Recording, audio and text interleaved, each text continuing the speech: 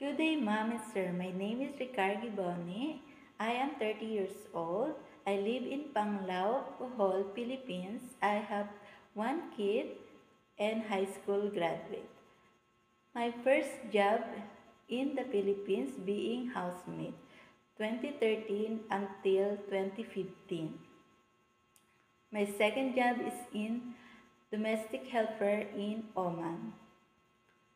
February 2022 to February 2024. And now I'm here in the Philippines. I'm working being a housemaid in 3 people. If I be your maid, I will promise that I will be a good and trustworthy on you. Also, I will treat your family like my family also. Thank you.